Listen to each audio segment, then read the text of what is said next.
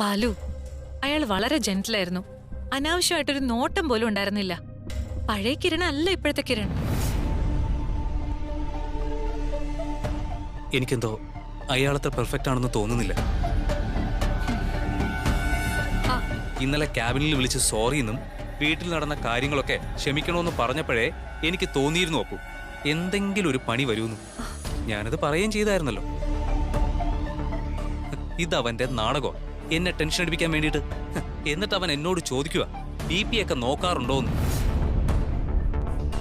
അതൊക്കെ ബാലുവിന്റെ തോന്നലാ ബാലു. ആളിപ്പോ വളരെ ജെന്റിലാ. കിരൺ പറഞ്ഞതുപോലെ ഇപ്പൊ ഓഫീസ് കാര്യമേ ഉള്ളു ചിന്ത. എന്തായാലും വന്നെത്തിയില്ലേ, ഇനി വന്ന് ജോലി ചെയ്തേ. വാ ബാലു, ജോലി ചെയ്തേ. വിട്, ഞാൻ വരാം. ഗുഡ് ബോയ്, വാ.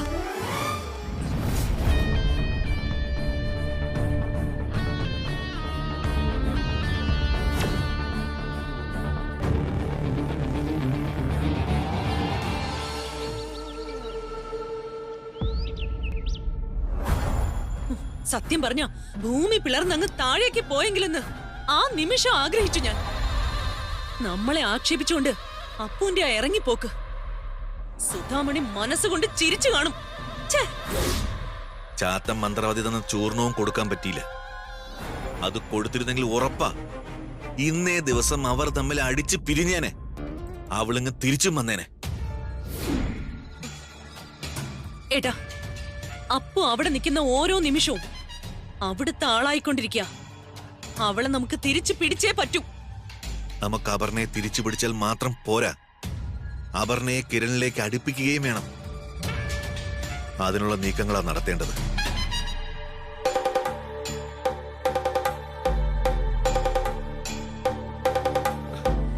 എടി മോളെ, എത്രയും പെട്ടെന്ന് അത് നടത്തണം. കല്യാണ മണ്ഡപത്തിലെ ഒരുമിച്ചിരുന്നവരാ അവര്. താലി കെട്ടുന്നതിന് തൊട്ടു മുമ്പാ കാര്യങ്ങൾ കൈവിട്ടു പോയത്. അപർണയും കിരണും ഒരിക്കൽ കൂടി കതിർ മണ്ഡപത്തിൽ ഇരിക്കും, അത് ഉറപ്പാ.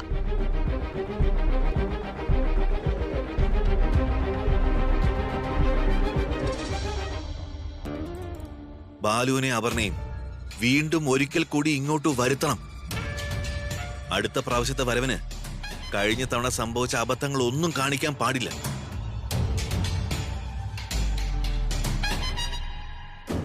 ഇവിടെ നമ്മളൊരു ഇഷ്യൂ ഉണ്ടാക്കും. ആ ഇഷ്യൂവിൽ അപർണ തന്നെ ബാലുവിനെ അകറ്റി തുടങ്ങും. അതും വർക്കൗട്ട് ആകുന്നില്ലെങ്കിൽ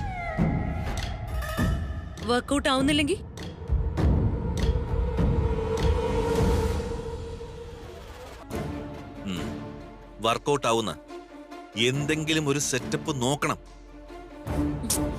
വർക്കൗട്ട് ആവുന്ന എന്ത് സെറ്റപ്പ് നോക്കണമെന്ന് അവനെ അങ്ങ് തട്ടിക്കളയണം.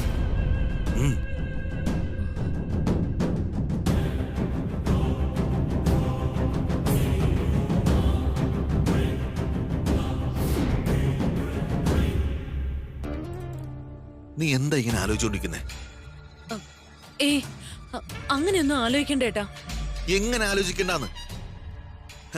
നമ്മളിതേ നേരത്തെ ആലോചിക്കേണ്ടതായിരുന്നു. ഒരു റോഡ് ആക്സിഡന്റ്, ക്ലീൻ, കാര്യം തീരും. ചെയ്യാനുള്ള ആളൊക്കെ നമ്മുടെ കയ്യിലുണ്ട്.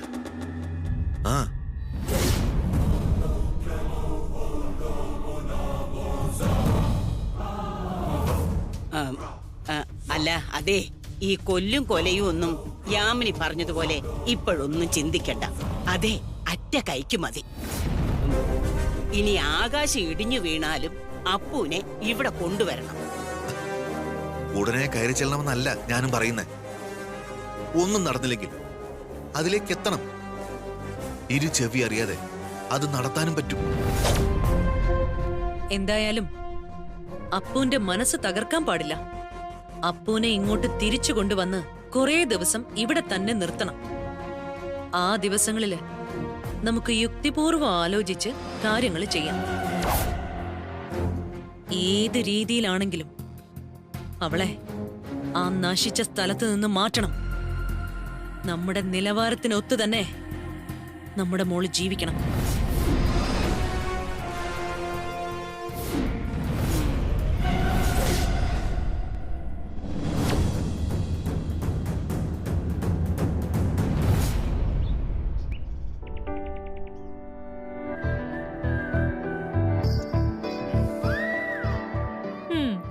അടിപൊളി. അമ്മയുടെ പഴയ കൈപ്പുണ്യത്തിന്റെ അത്രയൊന്നും എത്തിയിട്ടില്ല. പഴയ ഉഷാറില്ലാത്തതുപോലെ.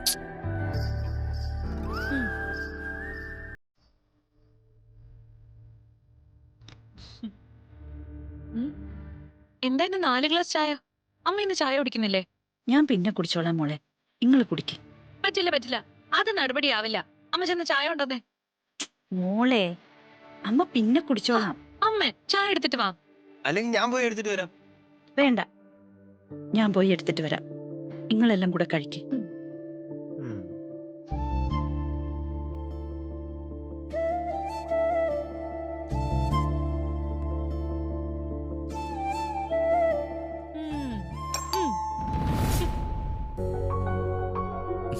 ഞാനൊന്ന് നോക്കട്ടെ.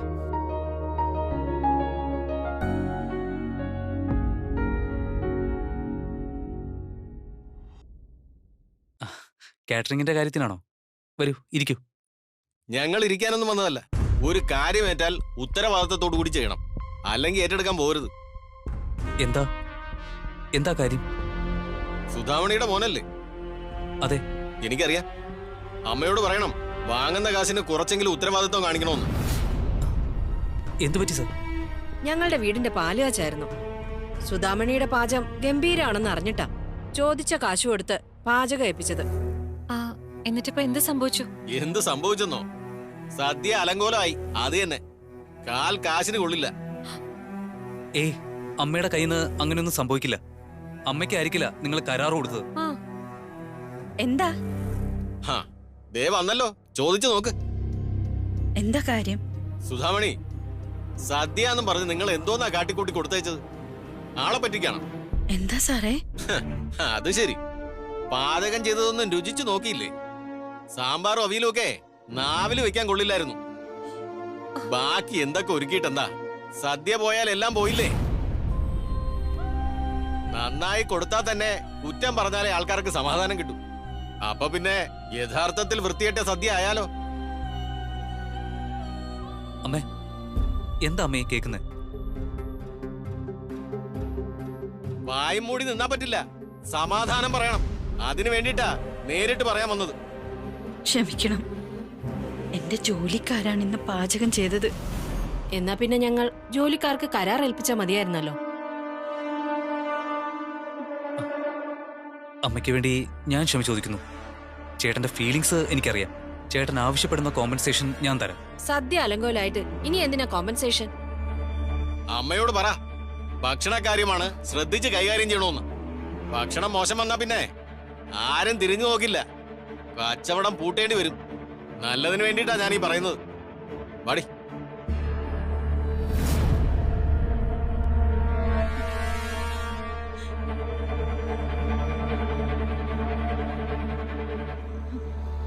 എന്താ അമ്മ ഇത്? അമ്മയ്ക്കിത് എന്തു പറ്റി? അമ്മയുടെ പാചകം എത്ര ഗംഭീരമായിരുന്നു. ആൾക്കാർക്ക് 100 നാവായിരുന്നില്ലേ അതിനെക്കുറിച്ച് പറയാൻ? എന്താ അമ്മയെ സംഭവിച്ചേ? അമ്മേ, അയ്യോ അമ്മേ, അമ്മേ, അമ്മേ. കരയല്ലേ? ഇതൊക്കെ ഇടയ്ക്ക് സംഭവിക്കുന്നതല്ലേ? ആ, കരയല്ലേ അമ്മേ? അമ്മേ, അമ്മേ, അമ്മേ, അമ്മേ, ബാലു, ഇപ്പൊ അങ്ങോട്ട് പോണ്ട. അമ്മ കരയട്ടെ. മനസ്സിലെ വിഷമം കരഞ്ഞു തീർക്കട്ടെ.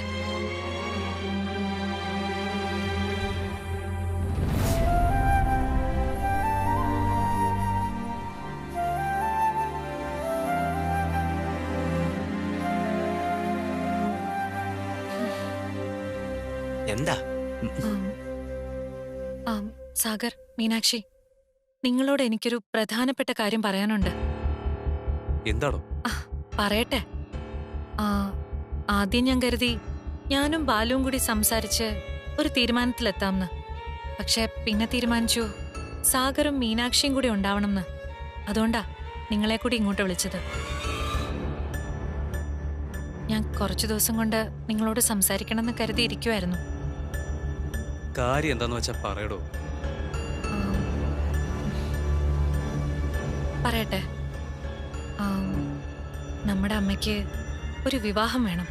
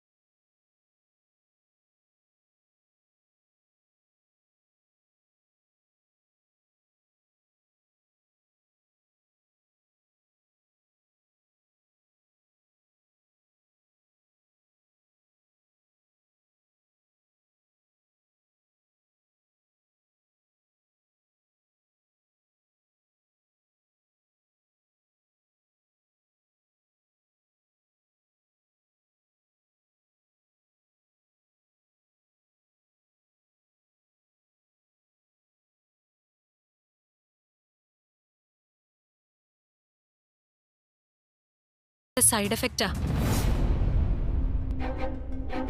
നമുക്ക് എല്ലാവർക്കും കൂടെ ചേർന്ന് അമ്മയെ വീണ്ടും ഒരു വിവാഹം ചെയ്യിച്ചാലോ? വിവാഹം അമ്മയ്ക്ക് പുതിയൊരു ജീവിതവും ജീവനും ഒക്കെ കൊടുക്കും.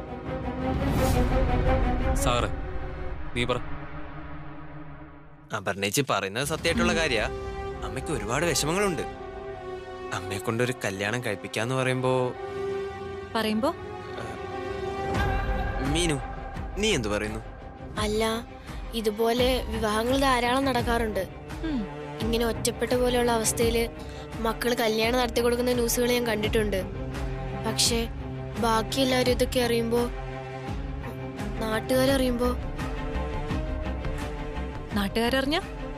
നാട്ടുകാരറിഞ്ഞ ലോകം അവസാനിക്കോ? നാട്ടുകാർക്ക് നമ്മുടെ കാര്യത്തിൽ എന്ത് കാര്യ? പോവാൻ പറ നാട്ടുകാരോട്. നിങ്ങൾ മൂന്നുപേരും എന്തു പറയുന്നു? നിങ്ങളുടെ അഭിപ്രായ ഏറ്റവും പ്രധാനം.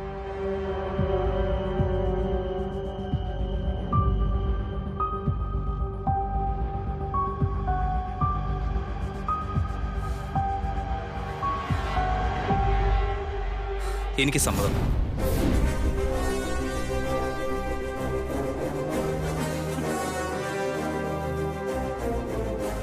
സാഗറെ, മീനാക്ഷി, അപർണ പറഞ്ഞതിനോട് ഞാൻ 100 അല്ല 101% യോജിക്കുക.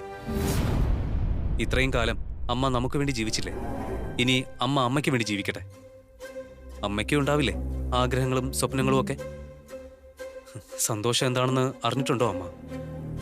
നമ്മുടെ അച്ഛനെന്ന് പറയുന്ന ആള് പാവം അമ്മയ്ക്ക് ഒരു നുള്ളു സ്നേഹമെങ്കിലും കൊടുത്തിട്ടുണ്ടോ? അപർണ പറഞ്ഞതുപോലെ നാട്ടുകാർ ചോദിക്കുകയാണെങ്കിൽ പോയി പണി നോക്കാൻ പറയാം നമുക്ക്.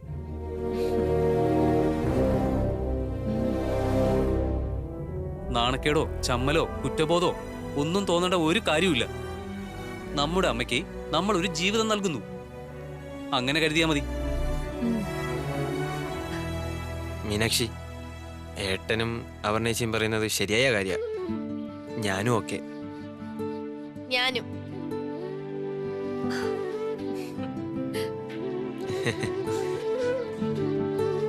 പക്ഷേ അമ്മയോട് ഇതെങ്ങനെ അവതരിപ്പിക്കും? ആരവതരിപ്പിക്കും?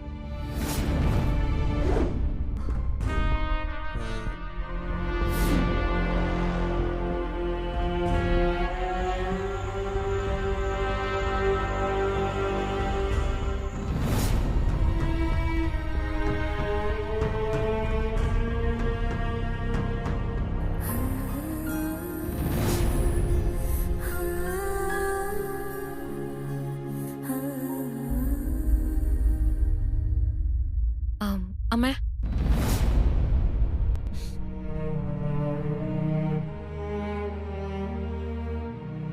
എന്താ മോളെ, ഉറങ്ങുന്നില്ലേ? എന്താ അമ്മ ഉറങ്ങുന്നില്ലേ? ഞാൻ ഉറങ്ങാൻ പോവാ. അമ്മ ഉറങ്ങിയിട്ട് ഞാനും ഉറങ്ങാം. പക്ഷേ ഇന്ന് അമ്മയ്ക്ക് അത്ര എളുപ്പം ഉറങ്ങാൻ പറ്റുമെന്ന് എനിക്ക് തോന്നുന്നില്ല.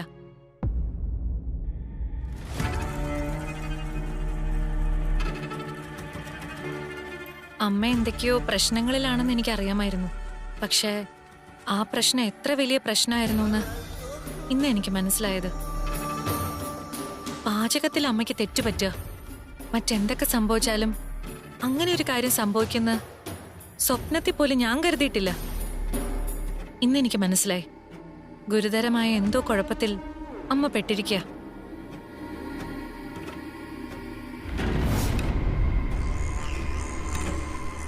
എനക്ക് ഒരു പ്രശ്നവും ഇല്ലാന്ന് 1000 പ്രാവശ്യം പറഞ്ഞില്ല മോളെ. അമ്മേ, ഒരു കള്ള 1000 വട്ടം പറഞ്ഞാലും അത് സത്യാവില്ല. അമ്മേ, എന്താ അമ്മയുടെ ബുദ്ധിമുട്ട്? എന്താണെങ്കിലും പറ. അമ്മയുടെ ഏറ്റവും വലിയ പ്രശ്നം എന്താന്നോ? അമ്മയുടെ മനസ്സിലുള്ള പ്രശ്നങ്ങളും പ്രയാസങ്ങളും അമ്മ ആരോടും പറയുന്നില്ല.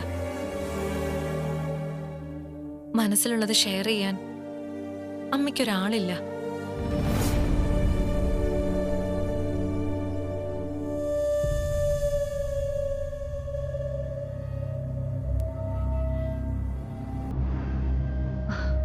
അമ്മേ, ഞാനൊരു കാര്യം പറയാൻ പോവാ.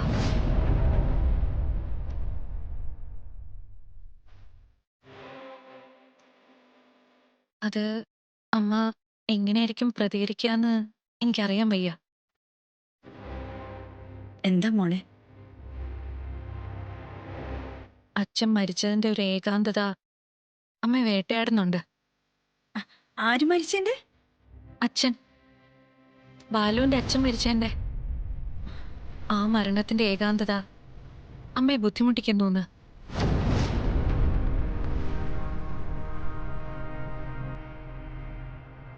ഒരു ജീവിത പങ്കാളി കൂടെയുള്ളതിന്റെ ഒരു ബലവും ധൈര്യവും ഒന്ന് പ്രത്യേകമാണല്ലോ.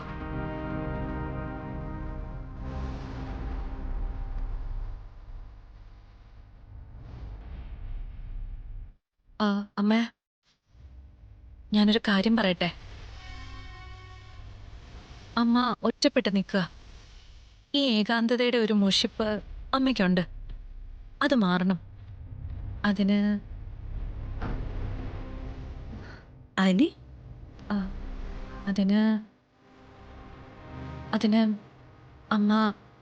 അമ്മ ഒരു മതി.